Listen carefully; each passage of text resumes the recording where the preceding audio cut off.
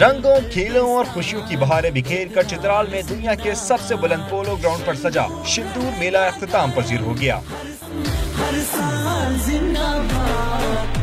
Festival के दौरान army के पैराग्लाइडर्स ने पैराग्लाइडिंग का शानदार मुजाहरा किया और बैंड ने धुनें बिखेरी जिस पर रिवायती रक्स पेश किया गया।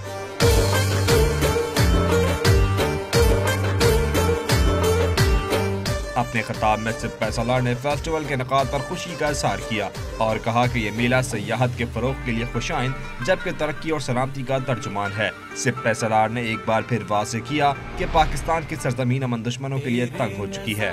आज हम जिस पुरअमन फिजा में सांस ले रहे हैं वो अवाम और अफवाज की बेपनाह कुर्बानियों का समर है। उन्होंने अज़्म दोहराया कि मुल्क दुश्मनों का आखिरी हद तक पीछा करेंगे। चीफ ऑफ आर्मी स्टाफ ने कहा कि कुदरती आफात और मुश्किलात में पाक फौज और FC ने हमेशा लोगों का साथ दिया। इससे कबल फ्री स्टाइल पोलो के फाइनल में चित्राल ने रवायती हरीफ गिलगित को 5 के मुकाबले में 10 गोल से शिकस्त दी। कामयाब टीम ने जीत का जश्न भी मनाया।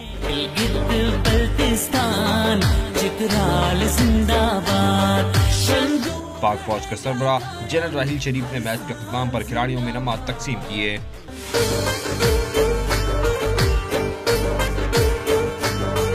गिलगित बल्तिस्तान चित्राल जिंदाबाद।